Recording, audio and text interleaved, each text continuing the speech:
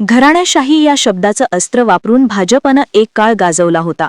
गांधी नेहरूंपासून ते अगदी ठाकरेंपर्यंत भाजपनं अनेकदा अनेक पक्षांना यावरून घेरलेले आहे. आमचा पक्ष हा इतर पक्षांसारखा नाहीये हे भाजप कायम सांगायचा. पण त्याच भाजपनं नगरपंचायत नगर परिषदमध्ये ज्या प्रकारे निवडणुका लढल्या त्यावरून त्यांच्यावर मोठी टीका होत आहे. उदाहरण आहे नांदेडमधल्या लोहा नगर परिषदेचं. एकाच घरातल्या 6 जणांना उमेदवारी दिली.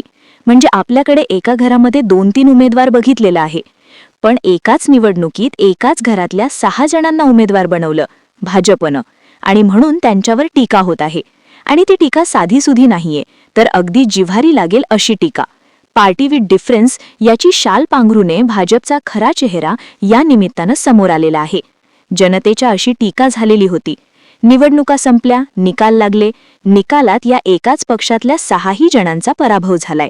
जनतेनं ही एकाधिकारशाही जी आहे ती नाकारलेली आहे. एकीकडे भाजपनं राज्यात घवघवीत यश मिळवलं, पण नांदेडच्या लोहाच्या निकालानं मनमानी राजकारणाला देखील जबरदस्त चपराक लगावलीये. ही निवडणूक इतर पक्षांसाठी आणि भाजपसाठीही शिकवणारी ठरलीये. घराणेशाही फोफावलेली चालणार नाही, हाच संदेश आता जनतेनं दिलाय. नेमकं काय घडलं होतं? लोहामध्ये एकाच घरातल्या 6 जणांना उमेदवारी देण्याची वेळ भाजपवर का आली असेल? आणि या निवडणुकीत नेमकं काय घडलं? सविस्तर जाणून घेऊयात या व्हिडिओमधून. नमस्कार, मी जान्हवी. आपण पाहत आहात न्यू महाराष्ट्र टाइम्स. तर नांदेड जिल्ह्यातल्या लोहा नगर परिषदेच्या निवडणुकीमध्ये सत्ताधारी भाजपनं एकाच कुटुंबातल्या किती जणांना उमेदवारी द्यावी? 1-2 नाही, तर तब्बल 6 जणांना उमेदवारी दिली. घराणेशाहीवरून कधी काँग्रेसवर वार करणारी हीच भाजपा. भाजपची घराणेशाही मतदारांनी आता घरी बसवलेली आहे. भाजपनं एकाच कुटुंबातल्या 6 जणांना तिकीट दिल्यानं लोहा नगर परिषद निवडणूक चर्चेचा विषय होती. या 6च्या 6 जणांचा पराभव मतदारांनी केलाय, आणि त्यामुळे भाजपला हा एक मोठा धक्का आहे. ही शिकवण त्यांच्यासाठी आहे. लोहा नगर परिषदेच्या नगराध्यक्षपदासाठी भाजपनं गजानन सूर्यवंशी यांना उमेदवारी दिली होती. तर नगरसेवक पदासाठी गजानन सूर्यवंशी यांची पत्नी गोदावरी सूर्यवंशी, भाऊ सचिन सूर्यवंशी, भावाची पत्नी सुप्रिया सचिन सूर्यवंशी, त्यांचा मेहुणा युवराज वाघमारे आणि भाच्याची पत्नी रीना अमोल व्यवहारी, इतक्या सगळ्या जणांना एकाच घरातल्या जणांना तिकीट दिली. 6 जणांना. आता या सगळ्यांना मतदारांनी जोरदार झटका दिला आहे.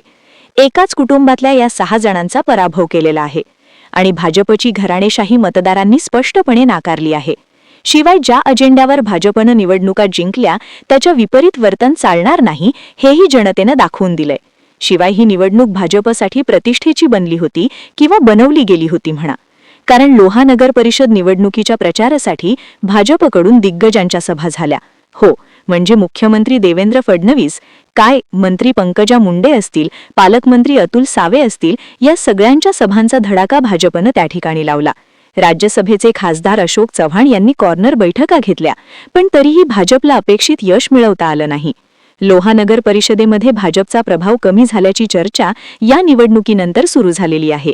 आमदार प्रतापराव चिखलीकर यांच्या नेतृत्वात अजित पवारांच्या राष्ट्रवादी काँग्रेसनं लोकांमध्ये ताकद दाखवून दिली. राष्ट्रवादी काँग्रेसनं भाजपला खडे चारले. नगराध्यक्षपदासह तब्बल 17 जागा राष्ट्रवादी काँग्रेसनं जिंकल्या, तर शिवसेना, उपजिल्हा आणि काँग्रेसला प्रत्येकी फक्त 1 जागा मिळालेली आहे. नगर परिषदेमध्ये 10 प्रभाग असून 20 नगरसेवकांसाठी ही निवडणूक झालेली होती. माजी मुख्यमंत्री अशोक चव्हाण यांनी काँग्रेसचा हात सोडून भाजपचं कमळ हाती घेतलं. नांदेडमध्ये तेव्हापासून भाजपची ताकद वाढल्याची चर्चा होती. आता अशोक चव्हाण आलेत, पण लोकसभेला इथं भाजपचा पराभव झाला, आणि त्यानंतर लोकांमध्ये भाजपचं पाणीपत झालंय. अशोक चव्हाण यांच्यासाठी हा मोठा धक्का आहे. भाजपची वाढती ताकद पाहता अनेक जण कमळावर लढण्यास उत्सुक होते, पण भाजपनं एकाच घरातल्या 6 जणांना तिकीटं दिली, आणि त्याचाच फटका भाजपला बसला आहे.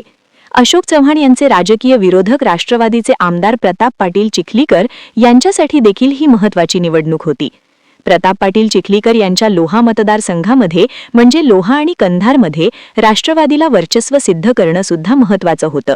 पण लोहामध्ये आपण ज्या पद्धतीनं राजकारण बघितलं तर भाजपसाठी ही एक चिंतनाची वेळ आहे. भाजपनं आता यापुढे चिंतन करावं. एकीकडे जनता तुम्हाला भरभरून प्रेम देत आहे, भरभरून मतं देत आहे, जादा देत आहे, सत्ता देत आहे, आणि तुम्ही असं त्यांना गृहीत धरण्याची काहीच गरज नाहीये. राजकारणामध्ये चारित्र्य महत्त्वाचं आहे. जसं व्यक्तीचं तसं राजकीय पक्षाचं सुद्धा. मग अशा वेळी ज्या आरोपांवरून आपण सत्ता मिळवतो तेच गुन्हे करणं भाजपला कसं जमतं, हाही प्रश्न आहे. म्हणजे अजित पवार यांच्यावरती प्रचंड आरोप करायचे आणि निवडणुका लढवायच्या त्यांच्या विरोधात, आणि मग विजयी सुद्धा व्हायचं, आणि राजकीय तडजोड म्हणून अजित पवार यांच्यासोबत पहाटेचा शपथविधी सुद्धा करायचा. याला यश म्हणतात की अपयश म्हणतात, हा ज्याच्या त्याच्या साधनशुचितेचा प्रश्न आहे. आज भाजप अनेक पक्षांच्या आपापल्या पक्षातल्या अनेक नेत्यांच्या नातेवाईकांना तिकीटं देत आहे. काय घडलं महाराष्ट्रामध्ये आपल्याला माहितीये. आपल्याच घरातल्या अनेकांना तिकीटं दिली आणि प्रतिष्ठेची निवडणूक बनवतात. अनगरमध्ये काय घडलं ते, राजन पाटील यांना ऐनवेळी भाजपनं घेतलं आणि अनगरमध्ये नगराध्यक्षपदाची निवडणूक बिनविरोध झाली. पोलीस बंदोबस्तामध्ये त्या उज्ज्वला यांना तिथे जाऊन अर्ज भरावा लागला. तिकडे जामनेरमध्ये काय घडलं, जामनेरमध्ये सुद्धा असाच प्रकार घडला. तिथे मंत्री आहेत गिरीश महाजन, त्यांच्या पत्नी, त्यांच्यासाठी काय तर म्हणे काही त्यांच्या विरोधात नगराध्यक्षपदाच्या विरोधामध्ये जे काही उमेदवारांनी अर्ज भरले होते त्यांची कॉलर पकडून त्या ठिकाणी त्यांचे अर्ज मागे घ्यायला लावले. त्याचे व्हिडिओ व्हायरल झालेत. तोंडामध्ये काय घडलं, सगळेच्या सगळे भाजपचे विरुद्ध उमेदवार आहेत, ते बिनविरोध झाले. या अशा पद्धतीनं महाराष्ट्रामध्ये निवडणुका लढल्या जातात. बिनविरोध व्हायला हरकत नाहीये, पण मतदारांना त्यांचं मत नोंदवण्याची वेळ तर येऊ द्या. ही लोकशाही आहे आणि ही लोकशाही अशीच टिकणार आहे. ही हुकुमशाही नाहीये किंवा राजशाही सुद्धा नाहीये की राजा त्याचा मुलगाच राजा बनणार. राजा का बेटा राजा नाही पण आहे का, ही लोकशाहीची सगळ्यात महत्त्वाचं मूल्य आहे. जो योग्य आहे, जो उमेदवार, जो ज्याची क्षमता आहे तोच उमेदवार बनणार, त्यालाच निवडणुकीमध्ये यश मिळालं पाहिजे. पण होतं वेगळं. एका घरातल्याच मंत्र्याच्या पत्नीला का बरं नगराध्यक्ष व्हावं असं वाटत असेल, कशासाठी व्हावं असं वाटत असेल मंत्र्याच्या आईला, का बरं नगराध्यक्ष व्हावात वाटत असेल सूनबाईला, का बरं नगराध्यक्ष व्हावात वाटत असेल आमदाराच्या. हे राजकारण नेमकं काय आहे ते कळायला मार्ग नाहीये. आणि याच राजकारणाच्या विरोधामध्ये तर भाजप सातत्यानं लढतीये. भाजपनं याच राजे हेच राजे याच पद्धतीचं राजकारण करून मतं मिळवली, निवडणुका जिंकल्या आणि आज त्याच पद्धतीचं राजकारण करतंय. पण लोहाची निवडणूक जी आहे ना, ती भाजपसाठी खूप शिकवणारी आहे की तुम्ही लोकांना, जनतेला गृहीत धरू नका, अजिबात धरू नका. 6 उमेदवार दिले, एकाच घरातले 6 उमेदवार देण्याची वेळ काय येते. ही लोकशाही आहे, राजशाही आहे की हुकुमशाही आहे, आणि यात जनतेनं त्यांना त्यांची जागा दाखवून दिलेली आहे. आपल्याला माहितीये लोहामध्ये निकाल काहीही लागू द्या, पण एकाच घरातल्या 6ही जणांचा अशा पद्धतीनं पराभव होणं भाजपसाठी फार महत्त्वाचं आहे. हे शिकवणार आहे आणि लोकशाहीमध्ये ही मनमानी नाही खपून घेणार. म्हणजे भाजपच्या विरोधात राग नाहीये, पण ज्या पद्धतीनं भाजप काही ठिकाणी वागत आहे त्याच्या विरोधात राग आहे. महाराष्ट्रामध्ये भाजपनं एक सगळ्यात मोठा पक्ष म्हणून आज या ठिकाणी यश मिळवलं आहे. पण दुसरीकडे ज्या पद्धतीचं राजकारण होतंय त्याला सुद्धा कुठेतरी एक चपराक लावण्याचं काम जनतेने केलेलं आहे. तुम्हाला याबद्दल नेमकं काय वाटतंय?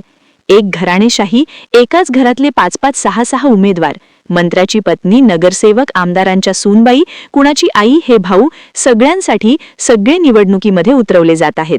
तुमचं काय मत आहे? लोकशाही टिकणार आहे का यामुळे, की लोकशाहीवर याचा परिणाम होणार आहे? आणि जनतेनं जो हा कौल दिलेला आहे, 6चे 6 एकाच घरातले उमेदवार पाडले आहेत, त्याबद्दल तुमचं काय मत आहे? कमेंट करून सांगा. या व्हिडिओमध्ये इथेच थांबतो.